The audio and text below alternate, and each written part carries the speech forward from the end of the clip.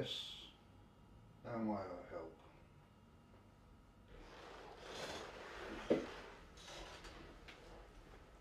Hi. Hi, I'm Lucas. I came here to do my CBT. Hi Lucas, I'm John and I'm going to be your instructor for today. Just bear with me 1 second while I get some paperwork.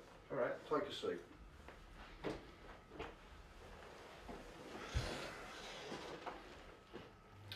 Right, okay Lucas, you'd like to slide your chair over for me? Yeah, sure. Lean on the desk. Oh, you've got both parts of your driving licence there, Lucas? Yes, I do. Cool, while I'm looking at your licence, if I can get to fill the disclaimer, if you read it carefully first, make sure you're happy with it, and then fill the details in down the bottom for me. Good man, no points. It didn't cook me yet. Alright. Once we've done this, Lucas, I'll explain to you what the day's going to be like. Do try and relax today. We'll have a bit of a laugh. I'm a bit of a mickey taker. Most people tend to learn a little bit better if they're having a laugh. Is that really good? Thank you very much. Says your licence back. Right, Lucas, I'll explain to you what the day is going to be like, okay? So you're not sitting there wondering all day. Right, I'll show you around in a little while. Where the toilet and everything is, and tea and coffee, so if you want a drink, help yourself. Let's pick that up. Right, so CBT, what we're going to do first, we're going to go in the other room in a little while, and we're going to have a little chat about helmets and clothing and stuff like that. Once we've done that, we'll do an eyesight check. We've done one the other day when you come up, so unless your eyes have deteriorated rapidly, it should be okay. You have to be able to read the number plate at 20.5 metres. If you can't do that, I'll point you in the direction of the opticians, because we won't be able to take you any further today. Once we get down to the training area, I'll get the bike out of the van, we'll have a look at all the controls of the bike, go through them step by step, so if there's any questions you need to ask them at the time. Don't wait till the end of the day, because you'll probably forget. We'll have a look at all them legal stuff on them, when and when you can't use the horn, stuff like that, okay? Then we're going to have a little chat about maintenance, daily and weekly checks to do on your bike. And then from there, you'll be riding your bike, doing all sorts of silly, slow manoeuvres down the training area. You have to reach a certain level, safe level, before we can take you on the road, okay? Right. And we have to time manage a CBT. So, around about sort of 12:30ish, I'll be looking at finishing. If for some reason, I don't feel, well, you don't feel confident to go on the road, we'll come back here, we'll stop for lunch, and then we'll go back down there, and we'll just carry on for the rest of the day down there. Which means you'll have to come back another day to do the road ride. But just for now, we'll assume that everything goes okay. So around about 12:30ish, we'll come back and we'll stop for lunch. Right? If you want to buy my lunch, that really goes a long way to getting your certificate. I say that. I'll buy my lunch, it's fine. After that, we'll go back into the classroom and we'll have a chat about the highway code and all the rules of the road. Right? So some people that come in, they're really good riders, but they don't understand the rules of the road. And unfortunately, fortunately, everything we do is based on safety. Okay, safety is paramount. Be the best biker in the world. If you don't know the rules of the road, we're not going to issue you a certificate here. Okay, so hopefully, since I last seen you, you've been brushing up on your highway code. Once we've done that in the classroom, it takes sort of an hour-ish, depending on your knowledge, really. Then I'll fit you out of a radio. They're set up as one way, so you can hear me and I can't hear you, and we'll be out on the road. It's a legal requirement that the road ride is a minimum of 2 hours. Okay, and all you have to do in that 2 hours is show me that if I give you a certificate, you're going to be safe on the road and not cause a danger to yourself or anyone else on the road. Okay, you show me that, and when we get back, we'll have a cup of tea and I'll write you a certificate out. Right, Lucas, come in, mate. Grab a seat for me. Right. Right, okay then, Lucas. First things first, mate. Do you know what CBT stands for? It's compulsory basic training. Compulsory basic, excellent. So it's compulsory, everyone has to do it. It's basic, it's a basic motorcycle theory, and it's training, so it's not a test. So don't put any unnecessary pressure on yourself thinking it's a test, okay? It was introduced on the 1st of December 1990, and the idea behind it is to help reduce accidents amongst new riders, okay? And it's working really well at the minute. So, next question for you, Lucas. What do you think you have to wear on your body when you're riding a bike on the public roads?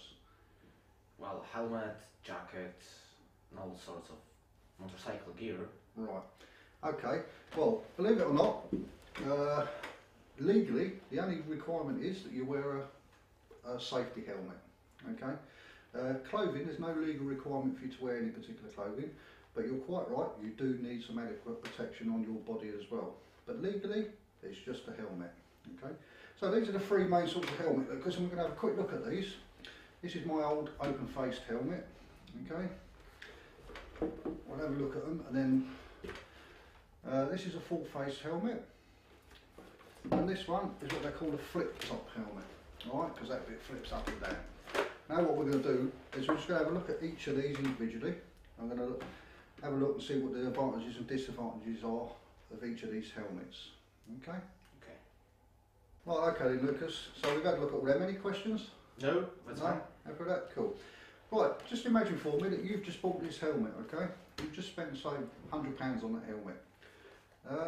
What sort of height do you reckon you'd have to drop that to be, you know, considered to be thrown away and buy a new helmet? Couple meters. Couple of metres. Basically, if you put it on the seat of your bike and it rolls onto the floor, gets blown off or someone knocks it, me personally, I'd seriously consider buying a new helmet. I've sawn the helmet in half, so what I'm going to do now is I'm going to show you how they're made up and what each layer of that helmet does for you. Okay? Alright. You might find this fairly interesting. I'll say any questions, feel free to jump in and ask. Right, I will explain to you that before I sawed the helmet in half, I held it about a metre off the floor. I didn't throw it, I just let go of it, okay? Now there's three layers on a helmet there, look. You've got the outer shell, you've got the inner shell, which is expanded polystyrene, and then you've got this bit of material in here that's designed for your comfort. So we're just going to have a little look at what each layer does, okay?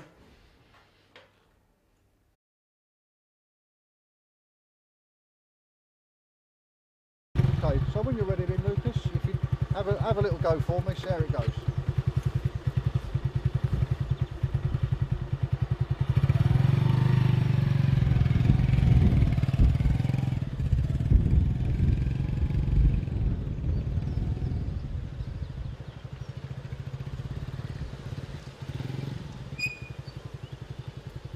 Right, how do you think that went in, Lucas? It was bad. What was bad about it? I put the foot down. Right. The other thing you didn't do is you didn't do your lifesaver check before you turned. So just imagine if you was on the road and you had to do a U-turn, if you don't do that lifesaver check to make sure there's nothing in your blind spot, okay, and you just turn, you may be turning into the path of a vehicle. Alright, so it's potentially quite dangerous, isn't it? So what I want you to do on the next one is get that shoulder check in.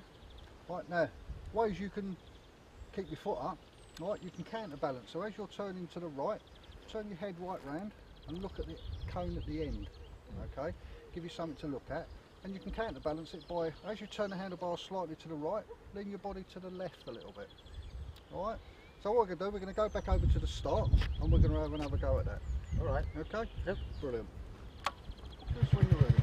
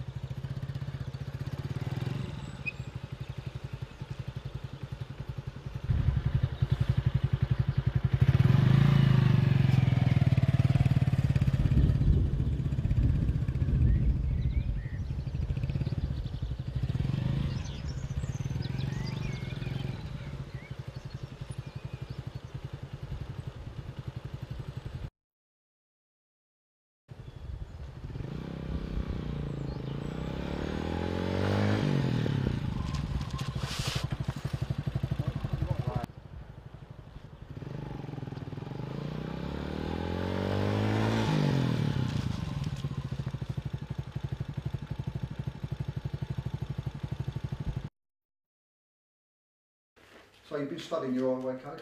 Just a bit. Just a bit, good man. So first of all, triangles, Lucas. Yeah. What do triangles tell us? Information. They're warning us of something, Yeah. okay? So what does that warn us of? Watch out, fence. Fence. Right, okay. Do you know what it is or not? Yeah, it's a level crossing. Level crossing, okay. Which is quite handy because we've got run right beside us here. Now, in the UK, all triangles point up, apart from two. There's two in the UK that point down like that. Whoops, any ideas what they might be? One will be give way. Well done. Give way. Any ideas why them two point down and not up the same as the others? Just to make a difference. Yeah, basically, we've had a lot of snow, haven't we, in the last year or so. If I was to put my hand like that, okay, you would still know that that means give way. Right, Yeah. quite important, isn't it? Because if you don't understand that, you're going to go flying out of a junction and possibly get yourself run over. Okay, so if it's upside down, it's give way, and the other one. Any ideas what the other one is? See if you can tell me before I find it. Other dangers. With the Right, the other one is that one. blank one. Yeah, any ideas what that means? No. No, that's an advance warning, okay, of a give way or a stop sign coming up. So what, round by the heath here, what you'll do is you'll get that one on a post with a little black and white information board underneath it, telling you in yards how many yards to the junction. And then beyond that, you'll either get that one or you'll get the stop sign one. Yeah. Right, thank you Lucas. There's your driving licence back. Thank you. I'll just rip this out of here for you. Okay, I've explained all the rules and regulations to you regarding the certificate, and there you are. Well done, so you've done really well today. Thank you. And I look forward to seeing you for your direct access. Nice one. Thanks very much. Thank you.